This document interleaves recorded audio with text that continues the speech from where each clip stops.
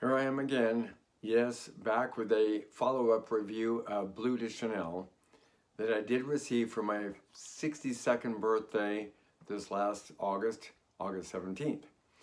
Anyhow, in this follow-up, it's just going to be a short, quick review of this cologne.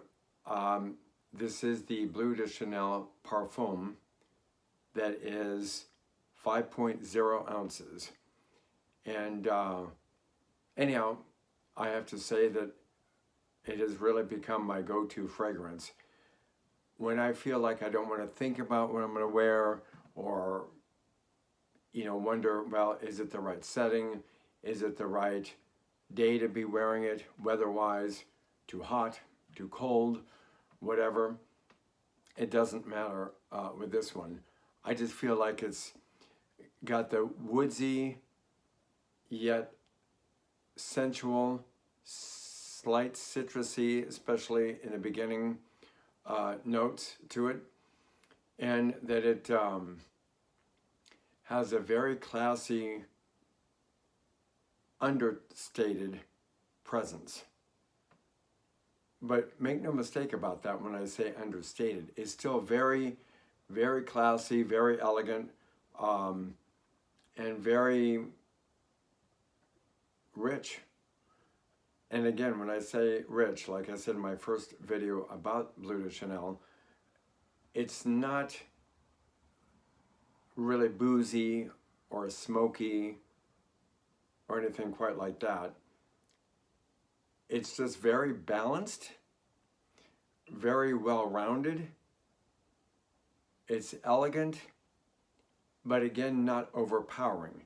Now, what I do realize with this when I wear it, I do spray it more liberally than I would other colognes. For example, my Eau Sauvage Parfum.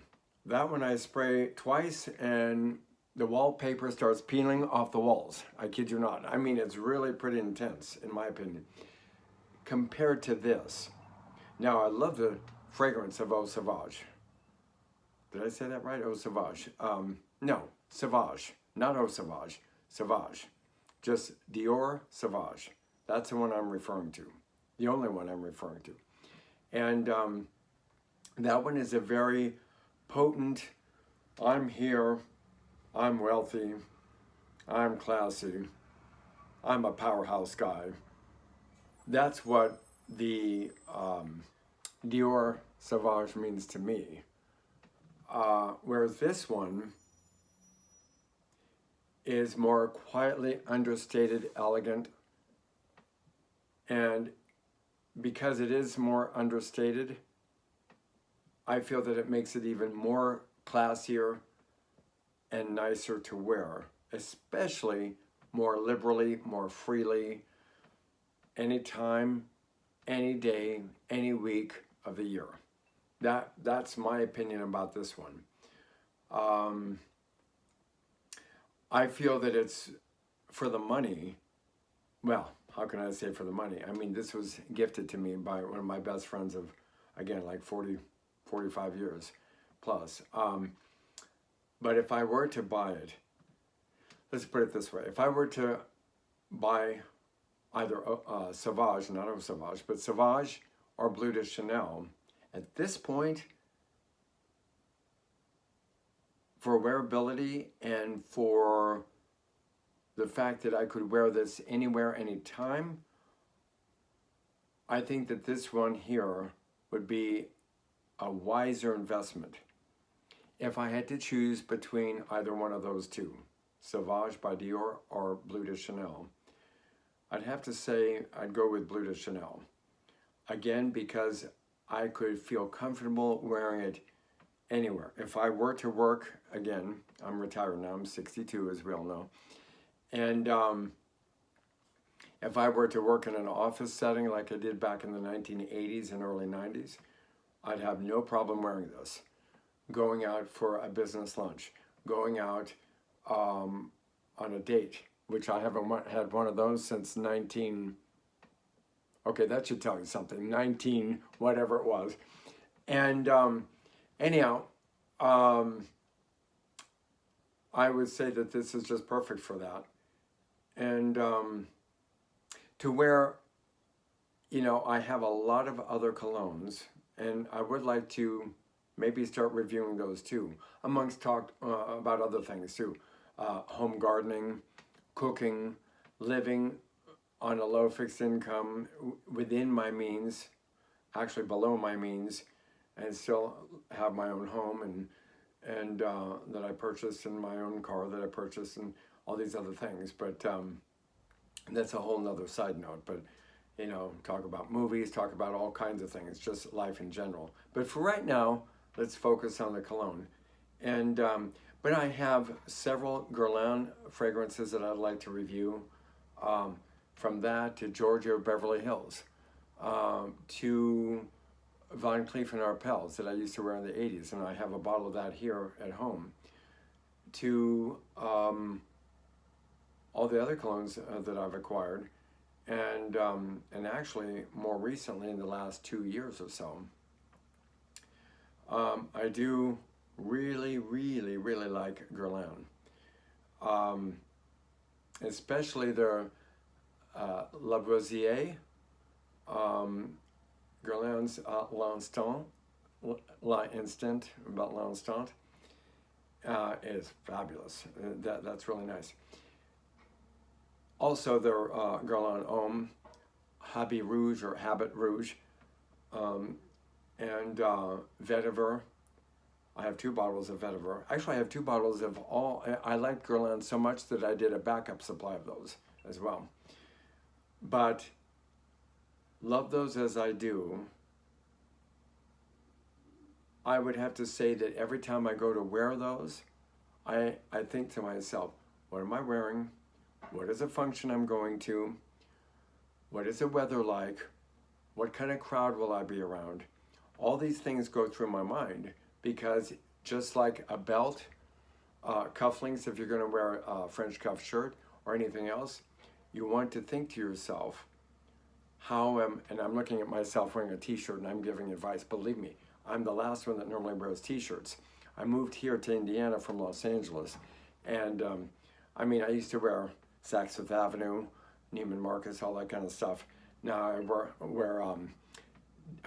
discounted Walmart for now, but I still have all my good stuff, and I do wear that, but not for these videos, because I can find great stuff, yes, at Saks Fifth Avenue, but also at a garage sale. And I take pride in that. I always have, and I always will. My eye has a way of spotting out good stuff, and I don't care where its source is. If it's good and it appeals to me, I'm fine with that. So anyhow, let me get off my little Chanel soapbox. So, yes, I would say that with all those other colognes, getting back to my point, is that, like an accessory, you think to yourself, well, I'm going to wear jeans, maybe a nice cute flannel shirt, but a nice belt, but I'm not going to wear patent leather formal shoes, not pumps, formal shoes, or my Louis Vuitton shoes or something like that. I don't actually have Louis Vuitton shoes. I have Gucci shoes. Also, what's the other one? Versace and all that. And Bali and all that. I never really cared much for the Louis Vuitton shoes, if you can imagine that. But at least when I was shopping at the time for them. And I saw one pair when I was living in Orange County, California. And I went back to the store immediately the next day, and I thought, oh, I want to get those shoes. I decided, yeah, I want those. And of course, they were gone. But anyhow, but just like I was saying, that all these are accessories, right? So with all those other colognes, I feel like I really have to stop, think, what am I wearing? Where am I going? All that. With this, you don't have to do that. You just go ahead and wear it. Now, since I've never really reviewed colognes before, this is my 3rd time this morning. As far as the notes, I've covered that. The size of the bottle, the type, its parfum, age range. Um, well, it's like with anything else.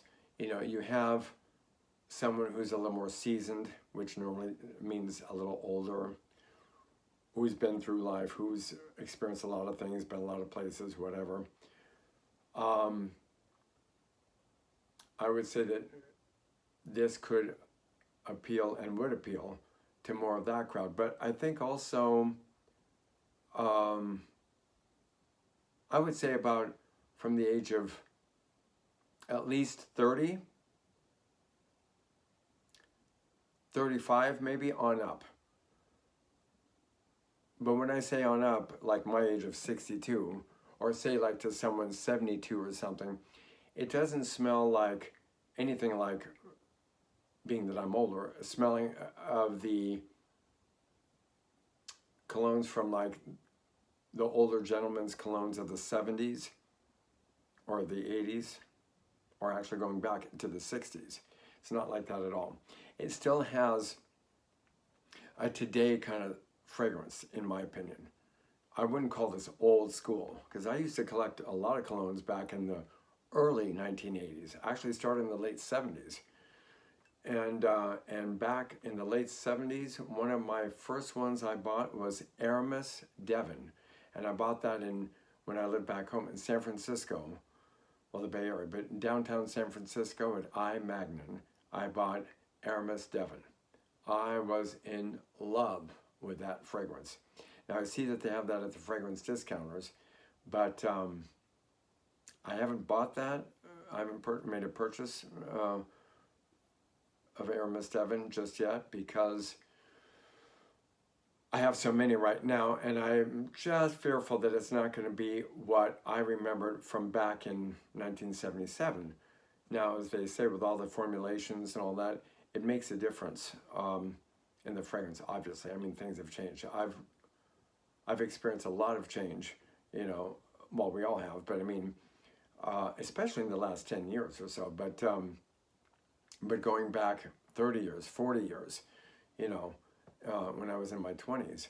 And that's when I felt like, well, I was young and kind of handsome looking then. And I thought, well, this is a time in my life that I want to wear the nice colognes and the nice clothes and all that. And I thought, when I'm a dried up old prune, why the hell would I be interested in doing that? But here I am at 62, and I'm fascinated and still interested and intrigued by fashion and fragrance, all that, and eating healthfully, and trying to live well within my means, which I feel that I do. So anyhow, this is a longer video than my other videos, but please let me know what you think, and if you've tried this cologne, or if you own this cologne, or anticipate buying this cologne. And I would say that overall that this is a very good one to have. Now I will review again my other gift cologne from my good friend in Central California, Theodore. And that one is fabulous. But that one is a little bit more specific of a smell or of a fragrance. I really love that one too. That's more of my kind of thing. And which that one, I should tell you what I'm speaking of course, is Hermes Terre de Mes Extreme Vetiver. That's the one that I did my first review of, my fragrance review. So you can look that up. And so if you like my video, and I will try to do all kinds of videos.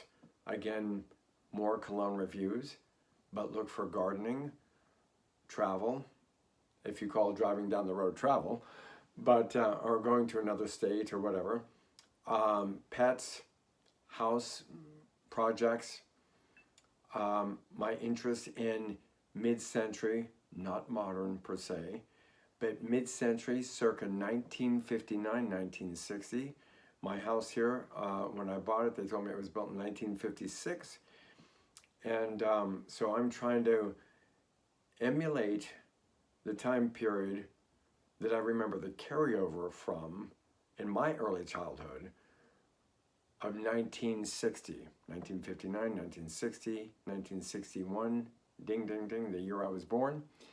And, but even back in my early childhood, I was really mesmerized by colors, patterns, designs, fragrances, hairstyles. That's why at the age of 30, I became a hairstylist in Marina del Rey, California, Los Angeles County, where I resided in Los Angeles for close to 27 years. Excuse me. So anyhow, I do have some background to, fashion and style and all that. And prior to my working in the beauty industry, as I've mentioned before, I also worked in banking for over 10 years and was also a business school instructor. And prior to all that, unfortunately, I left college because I got tired of it and I wanted to make some money. So back in 1981, 82, I left to work for Osborne Computer Corporation, the personal portable companion computer, the first of its kind, back in, 81, I think it was, the end of 81, like November, December of 1981. Anyhow, that's all I have for right now. But if you like this content and would like to see what it's like to be me, as sad as that is, from someone that Sophia Loren, the actress that wanted my picture back in the 80s, and we got to know each other, to one that shops at thrift stores occasionally, that collects vintage glassware from the 60s. For example, Viking glass, Ellie Smith, Simplicity vases, things like that, even Fenton. Glass pumpkins as of recent, and other things. I'm one that loves to cook. I'm one that loves to, garden and landscape. I've landscaped all my own property. I've loved doing that for years. So I will do some videos of that as well. And then also take you along maybe on a bit of my health journey that I've had. Not so much, well, physical too, but more, the other part. So anyhow, in other words, I'm a different type of person that is not into sports. I don't follow a lot of people or follow things or whatever. I'm not that kind of person. I'm not an overtly religious person. I like to think and critique and investigate and believe from the sources, from where and what I find. Well, how can I rephrase that? In other words, I draw my own conclusions. I like to think, I think too much actually, for myself. And I'm just not like the typical American person. Yes, my parents are from America. I'm from America. But I've always felt more European. Funny that. Instead of being a major go-getter and all that, I've always felt like, well, I miss, and I've never even really, only once been to Europe, but where it used to be the European lifestyle was take your time, spend time with your friends and family, cook a great meal, take 2 or 3 hours to eat, laugh, enjoy, have some wine. Not that I drink much wine, haven't for a long time now, but really enjoy the arts and humanities and culture, things like that, instead of barrel through and push and I'm going to be aggressive, I'm going to conquer the world. I'm not that kind of person. I never have been, I never will be. Because I've always thought to myself, to conquer something is almost like you're in an adversarial position with something, as if you're up against an opponent. And I don't want to think of the world as my opponent when they say conquer the world. I don't quite get that terminology. I don't like the sound of it. That's just my opinion. I want to live with the world. I'm not out here to try to conquer anything. Remember, we're only here for a short period of time, even 100 years. And the age of humanity is not even as much of a drop in the bucket. So think about that. Anyhow, oh my gosh, my third cologne review has become a prophesizing endeavor? No, it's just that I'm rambling on. See what happens when you're older and you're single, you live by yourself, and you have only your cat to talk to? Funny thing is, he responds quite readily, which that in itself is scary. Well, let me tell you. Well, anyhow, so if you want to see, well, basically the reason why I'm rambling on like this is just to introduce you to the possibilities that I see for a potential YouTube channel to talk about basically all the basics in life, from even home repairs. And I see that I'm getting a battery draining issue here. Even my battery is telling me to shut up. Anyhow, okay, well, I hope you enjoyed this video. To take a break in your day, to stop and breathe, and which I need to remember to do, deep breathe that is, and just kind of relax and lose your mind into someone else's voice. Someone once also told me that I'd be great at making videos for helping people to get to sleep or fall asleep. Seems like when I talk to people, something in my voice just makes them go, yeah, huh, yeah, Too bad it doesn't work on myself, because I can be an insomniac, and I really grapple with that. So, but hey, I'm here at 62 years of age and still going strong. So, you know, I deal with it. So anyhow, let me hear from you. I want to hear from you, and I can't believe I'm going to say this. If you like what you see, or what you think you might see in upcoming videos, please hit the like button, and for the first time, subscribe. Yes. I'm not gonna beg. Well, maybe I will. Please subscribe. We'll see how that goes. I can't believe I'm doing all this. I have never thought in a million years to think, well, YouTube hasn't been out that long, but anyhow, that I would actually say like and subscribe. I'm always clicking like and subscribe to other channels. But anyhow, there you go. Oh, and I didn't even spray the cologne. I did in the first video. Oh yes.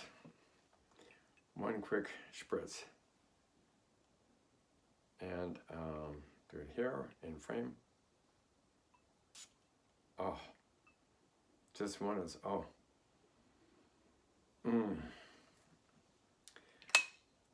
That, ladies and gentlemen, is class in a bottle.